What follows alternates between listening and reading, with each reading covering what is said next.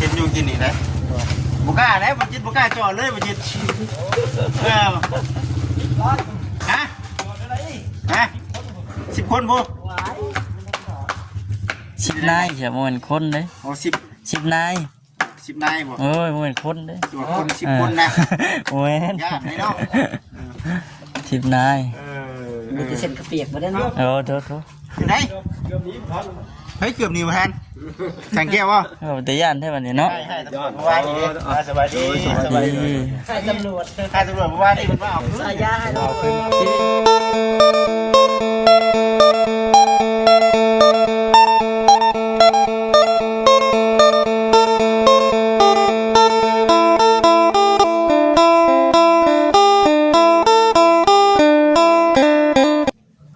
พี่น้องทักทายสบายดีเด้อพี่น้องเด้อเนาะเด็ดเด้เชื่อพวกเข้ากันกับนาไล่ปูนเนาะไล่นั่นเนาะเป็นไล่ปูนบ่เป็นไล่ปูนปื้อให้อยู่จ้ะสบายดีพี่น้องเลยเนาะขึ้นว่าไล่ปูนสิหรอกเนาะก็มันนี่ได้จากไหนก็น้องมันนี่อันนี้นี่แหละสบายดีเด้อสบายดีเก็บไปก่อนมันบ่นั่งลงเรียนก่อนแม่ลงเรียนวันนี้เอาอีกบ่นี่มันแดดเนาะนี่คือตอนเช้าได้จากรถดูทีขั้นตอนเช้าในที่นั่นอยู่เนาะแม่นบ่ขนาดตอนแรกนี่3 โมงเข้า4 โมงนะเข้า4 โมงนี่ได้เนาะแดดมันง่ายอยู่เดี๋ยวจ้าพี่น้องเลยเบิ่งได้เนาะมันแดดก็ยุบก่อนได้เนาะเจ็ดแบบนั้นธรรมดาบ่จังนี่ให้กูตอนเที่ยงอยู่ดอกเนาะตอนเที่ยงให้กูนี่เนาะแม่นบ่เฮ็ดหยังบ่ได้ดอกนะเบิ่งนะอันนี้ก็เฮ็ดแต่เช้าอยู่แม่เช้าพุ่นพอดี11 โมงพอดีแล้วเที่ยงเฮ้ยเป็นจังไดล่ะบัดนี้คือพ่อกูหน้าเพิ่นกินนี่มาแต่เคลียร์กับตำรวจเห็นอยู่กินนี่ได้บุก้าแล้วบุจิตบุก้าจอดเลยบุจิตฮะ10 คนพวก10 นายใช่บ่แม่นคนเด้โอ้10 นายบ่โอ้ยบ่แม่นคนเด้ตัวคน10 คนนะโอ้ยยากไหมเนาะ10 นายมันจะเส้นกระเปียกมาได้เนาะโทษอยู่ไหนเฮ้ยเกือบหนีมาแทนสังเกตว่าแต่ย่านแท้บัดนี้เนาะใช่ตำรวจเมื่อวานนี้สบายดีใช่ตำรวจเมื่อวานนี้มันมาเอาสายยาให้เราขึ้นพี่ห่มมีป่ะเป็นว่าวขึ้นนะว่าวขึ้นมา10 คนเลยตำรวจนะอ๋อเต็มหมดเลยเดี๋ยวนี้ยังขนาดนึงยังทำมือใส่กับมือทั้งหลังกันมีระดับ10มื้อนี้ได้เขามากดยาเสพติดไปถึงผู้จับผู้รีทันกันเลยผู้นี้กันนี้ผู้นั่นกับโดนจับทึกไม่รู้ว่าเขาบอกทางลูกทางผู้ค้าทางผู้ชื่อทางผู้ค้าทางผู้กินได้ประมาณ10 คนเต็มของกันเนี้ยเนาะเต็มของกันเนี้ยผู้ค้าทั้งคนนี่มาเลยกำลังเก็บกันมาอยู่นี้โดยออกไปเต็มตึ้งไม่รุ่นบ้านเฮาบ่ทั้งคนรุ่นทั้งผู้ขายทั้งวัยรุ่นทั้งผู้เฒ่าแน่นะหรือว่า10 คนที่ตำรวจจับมานี่เนาะคำว่าเป็นเก่งเดียวกับตีน้องจะทองตะวันมาถามข้อขู่อยู่ยังบ่ทันหูจักดิก็คือว่าเอาคือจะเจ้าไปมันเป็นไปสอบปากคำพยานเพิ่มเราถูกกระทำผิดเรามาลงโทษให้ได้จากผู้พันหนึ่งนะผู้พันแค่นี้เป็นนี่เนาะเราจะลงโทษให้ได้โยกเพราะว่าคือปัจจุบันนี่คือผู้พันนี่คือยังลอยนวลอยู่คือมีเงินที่ยืมเงินเราคิดแล้วมีบ่เนาะวันนี้เนาะเราคิดแล้วเพราะว่าได้ประกาศให้ขาหัวก็ไปขาหัวบ่เลยจับได้ผู้พันการให้มือ10,000 บาทจะลงมาตามเลยไปนำจึกข้อแนะนำให้เน้นนักอันผู้จับ2 คนน่าจะเป็นเก่งเดียวเก่งเดียวของเพิ่นไม่หัวไว้เนาะว่าได้กันเนาะเพราะว่าพวกหลับยิงน่าจะฮู้ว่าผู้ใดพัน อืม ที่ว่าคุมพวกนั้นคุมตัวจนนั้นครับให้บอก คุมไว้เนาะ ให้ตำรวจต้องคุมตัวเห็นเขาบอกให้แบบประกาศข่าวว่าไปนี่เป็นกะ คือสมอยอยู่เนาะ เป็น2 อาทิตย์เป็นบอก ถ้าประกาศข่าวว่า ประกาศเมื่อวานนี่ อืม ประกาศว่าสิให้จับได้บ่ได้ลงไปจ่ายให้มื้อนั้นก็สิหายืมใช้ครับยืมน้ำบ่จิตเด้อ เอ้ยเนาะบ่ยากคันมีนี่เนาะ ก็แม่นก็มี FC เพิ่นคอมเมนต์อยู่ได้ว่ามันแบบมันบ่แม่นแนวแต่ว่าคันเฮาเฮ็ดมันคือเงียบๆเนาะอืมแต่ว่าเฮ็ดจังได๋ล่ะพี่น้องเอ้ยเนาะเฮ็ดเป็นนี่เฮาบัดคือว่าเพิ่นเต้นเพิ่นแล่นอยู่แบบนี้เนาะ บ่มีเป็นยืมน้ำตุชิด ตุชิดพวกแกยืมน้ำบ่เตียง ใครอยู่เนาะ เดี๋ยวขอยืมหนึ่งสี่สิบแล้วติดจอย ก็จะว่าเพิ่นก็สิพยายามแม่นบ่ พยายามเพราะว่าเป็นกับที่บ่ได้สรุปดีออกผมว่าปล่อยง่ายๆแล้วบัดนี้ ตะกี้น่ะตะกี้เนาะแม่นบ่ตะกี้มีความคิดว่าเพิ่นสิปล่อยดีตะกี้เนาะ ปล่อยแล้วจนว่าสิปล่อยแล้วเป็นเฮาบ่ยอมเด้เฮาบ่ยอมคดีความ มี FC เพิ่นคอมเมนต์โทรมาอยู่ว่าเฮาต้องเขียนใบฟ้องบ่แบบนั้นเฮาจึงให้เขาเจ้าคัดค้านก่อนเนาะคัดค้านกันนาฟ้องเอาคัดค้านกันประกันเนาะ กันตัว แต่ว่านี่คือคุมคืมหน้าคือในเรื่องว่าเพิ่นสิดำเนินการผู้ฟันเนาะมารับโทษให้ได้ตัวนี้เด้อพี่น้องเด้อคือตะกี้น่ะคือขึ้นถึงฟ้าได้เนาะเว้าเบาแห้งแล้วทางจนสิลดแล้ว จนเสียแล้วนะทางแสงแก้วก็จนเสียศูนย์เลยนะ ศูนย์จนนั่น จนบ่จักเนาะ จนเจ้าหน้าที่จนว่าใช่ว่าบ่ผิดเขาบอกลองใจลุงกับว่าแม่นเอาปืนยิงนับขู่กันบ่ผิดเขาเพียงแต่เป็นเก่งอัตภาพอันนี้ก็เป็นได้5เจ้าหน้าที่เจ้าว่าเพิ่นก็เลยเอาใจใส่คือว่าก็ลักษณะเพิ่นอยากทดสอบว่าเฮาสิเป็นคนจังได๋เฮาสิยอมความบ่สมมุติว่าบ่ผิดก็ไว้ก็เป็นไปได้อยู่ก็ได้คือเพิ่นว่าเฮาบ่ผิดเฮ็ดได้สาธิอ่อนเนาะอ่อนเนาะหากบอกกันนึงมากก็แสงแก้วแล้วทันคนอยู่พี่น้องสำหรับบ่จิตเองบัดคือเว้าแน่น่ะหัวบ่ไหวเนาะทางแสงแก้วนี่ยอมรับว่าบ่ปุ๊บตอบปั๊บให้แน่เนาะก็ถือว่าเอาฟังไปซะพี่น้องเอ้ยเนาะคือเฮาผู้เจ็บพี่ได้เนาะมันอันนั้นพี่น้องเอ้ยเนาะมันเสียเปรียบเนาะเสียเปรียบและผู้เจ็บก็เจ็บแล้วล่ะได้เนาะถือว่าคิดว่าว่าท่านจับได้แล้วบ่คือเห็นไอ้ตำรวจเพิ่นเนาะมาสอบปากคำเพิ่มเติมสอบปากคำพยานเพิ่มเติมสิเอาผู้กระทำลักษณะคุณเป็นได้เนาะปกปันฝ่ายคือกับผู้จับที่ขังเอาไว้บ่อันนี้ให้คำนำมันไม่ใช่ว่าพวกพันพวกอันหลับนิ่งน่าจะหูกว่าทุกคนว่าอยู่ในเก่งเดียวเป็นขอบใจน้ำเขาขอบใจน้ำที่คือเป็นก็เพิ่นเนาะโยเนาะอยู่ในเก่งเดียวต้องขึ้นแบบนั้นอยู่แล้วเนาะมันต้องขึ้นแบบนั้นอยู่แล้วคืออะไรว่ามันอยู่ในเวลาที่แบบมอเจาะเลยนะเนาะอยู่ในเวลาที่ว่าไหลหลากทางจาก2 หน่วยยังไงแม่นทำกันด้วยเสียงจักมีไปเนี่ยก็ไปนำผู้ใหญ่ครับผู้ใหญ่มีทางหัวหน้าของร้อนกับปปสบ้านหัวหน้าบุได้นี่หัวหน้าของร้อนพุทธนั้นและปัญญาเนาะปัญญาเห็นเฮาปัญญาทำผู้เฮาเนาะเป็นรักบ้านเอาให้ผมก็ได้นะเอาบัตรนี้เลยพี่น้องเลยมันผู้รักผู้ใหญ่มันบัตรนี้ได้มันสีเอาไพ่สีกะว่าเว้าตัวมาเว้าสั่งคนผิดเนาะขนาดนาคนนานี่ก็หัวหน้าปปสกองร้อนชั้นจริงๆก็ถือว่าเห็นน้ำกันเบิดเลยเนาะถือว่าท พังไปสันพี่น้องเอ้ยเนาะพังไปตัวนี้นี่แต่ว่าให้จับปัญหาให้ไล่ให้แล้วบางทีกับ FC เพิ่นก็โอ้ยบ่ซั่นคือว่าโทรไปหาทางตู้ซิดน้ำแม่นบ่ สิช่วยช่วยเนาะจะแนะนำหลายคำหลายอย่างอยู่ หลายอย่างอยู่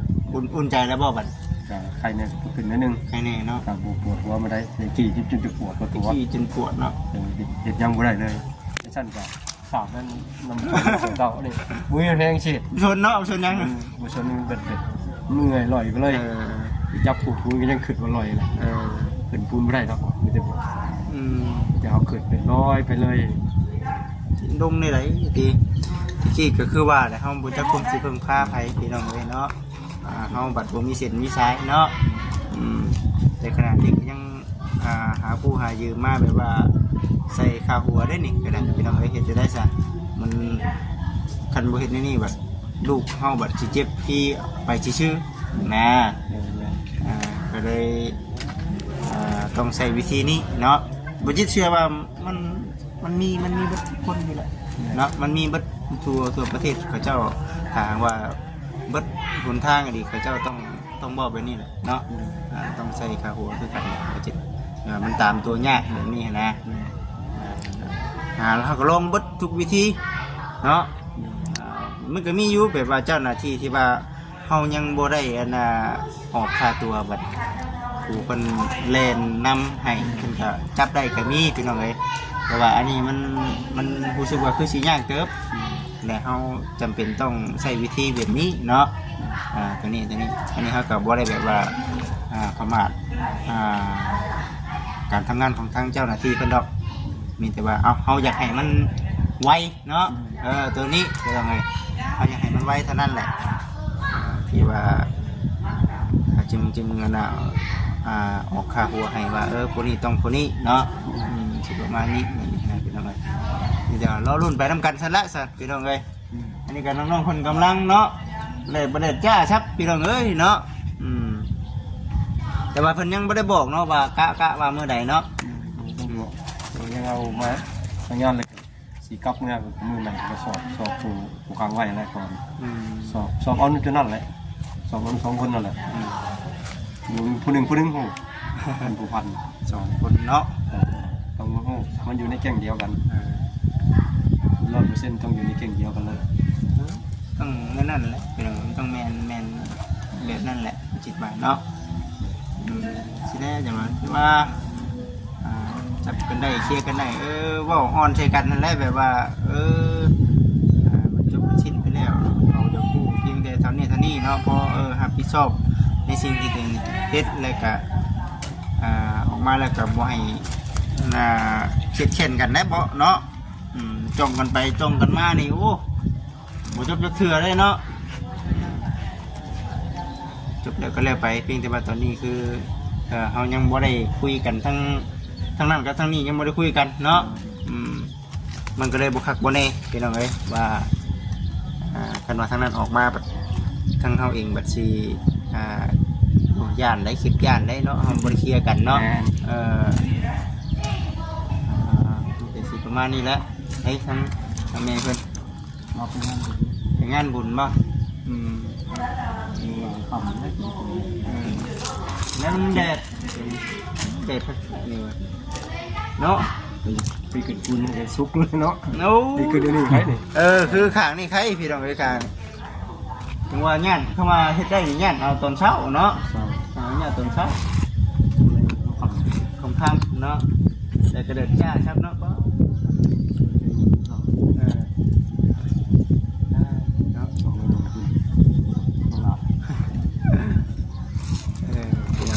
เอาในนี้แหละเดี๋ยวสิถ่ายบรรยากาศให้ครับผมมีคุณซีเบิ่งรอบๆเดี๋ยวว่าสู้ๆนะสังเกตไว้น้อยจะได้ซะสู้เงินคำแก้วกับหากู้หายืมไปก่อนเนาะจะได้ซะมันเอามันกระทันหาได้หามีเขาจึงคอยถอดคนเทลิกถือหน่อยไปเนาะเอาตัวมันสำคัญให้มันไล่ก่อนเนาะตัวนี้แหละเป็นยังไงสู้ครับ คือว่าแหละเดี๋ยวอัปเดตให้กับ FC ได้เบิ่งเฮ็ดไปฮอดขั้นตอนไหนแล้วอีกประมาณจัก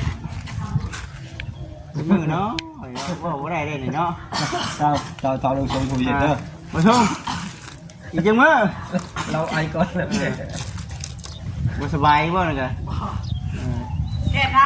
เกิดน้ำบ่ ตามอีกจังมือว่ามันแดดแล้วยอม มันแดดเนาะ เลย แดดจนสิชุกเพียงเลยเนาะ ทำได้ยังไง คุณได้ทำคุณแล้ว มาเจ้า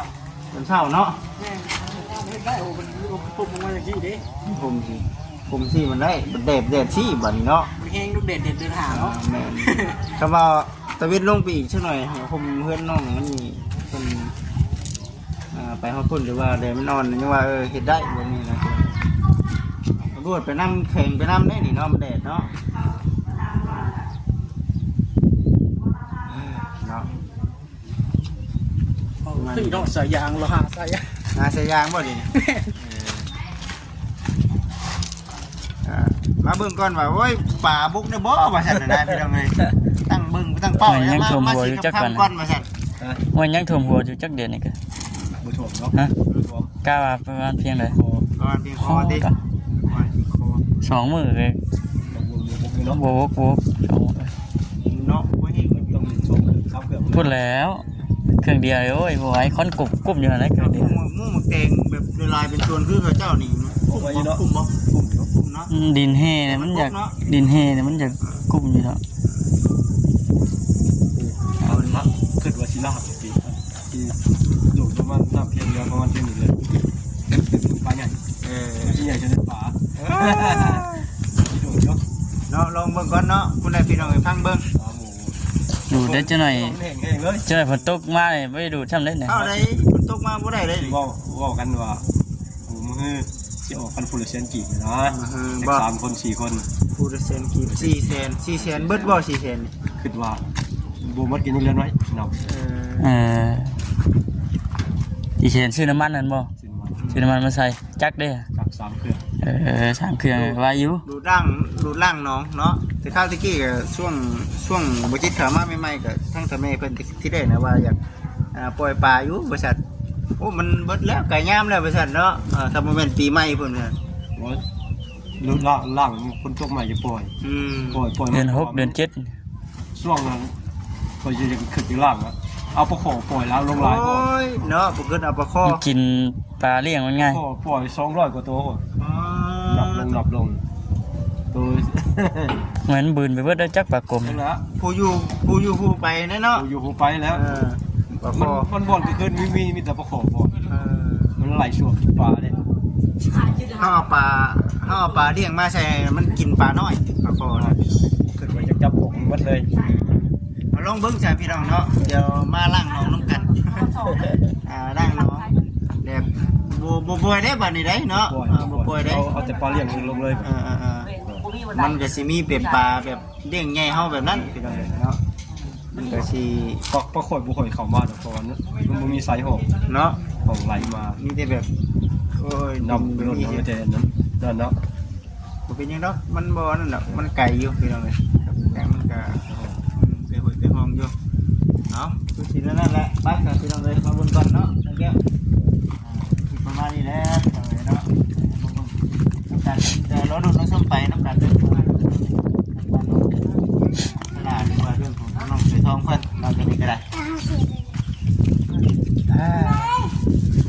เดบดนะ หมดแล้วหมดใจ นี่สายขาวใหญ่ หมดได้ ยังไปเสียบสายไพ่ก็ไปรำมึงพูดเด้อ ใจของน้องคนนี้ก็มันโบบุกเนาะถือว่าเก่งพี่น้องเลยเนาะพอทั้งนั้นน่ะเขาน้องดาวน้องนั้นแบบบุกมันนะเอาน้ำบุรงบุทัดไม่ทันนะพี่น้องเลยคือว่าทำไปแต่ว่าในเรื่องของทางบ้านน้องอันน่ะใช่ล่ะนี่คือสิพ่อแต่ขั้นตอนต่อไปนะจะเป็นในเรื่องของทางอันน่ะเป เนาะประตูผมเยี่ยมประตูเพิ่นครัวเนาะแล้วก็จะเป็นตากะโลจังซั่นจังซี่นี่เป็นจังไดเนาะยังบ่ได้มีตัวนี้นะแต่ว่ายังหลายคือกันเนาะยังหลายคือกันแต่ว่าอยู่ในขั้นตอนของการก่อของการสร้างของทางน้องสลานี่ถือว่าโอเคอยู่เนาะคือเฉพาะแต่ว่าพุ่นละเริ่มต้นพุ่นละน้องเกิดทองเงินต้องได้เอาทรายมาอีกต้องเอาได้ปูนมาอีกเนาะหลายอย่างในแนวอยู่ไปครับไปพี่น้องเลยเนาะประมาณนี้แหละ เอา ทางน้องเกิดทองเนาะ เริ่มบดได้ละพี่น้องเลยปัจจุบันเนาะน้องๆเพิ่นคือสิพากันเฮ็ดเวียกบัดนี้โอเคพี่น้องอยู่ดีไม่แห้งเด้อพี่น้องเด้อพบกันคลิปหน้าคลิปใหม่สบายดี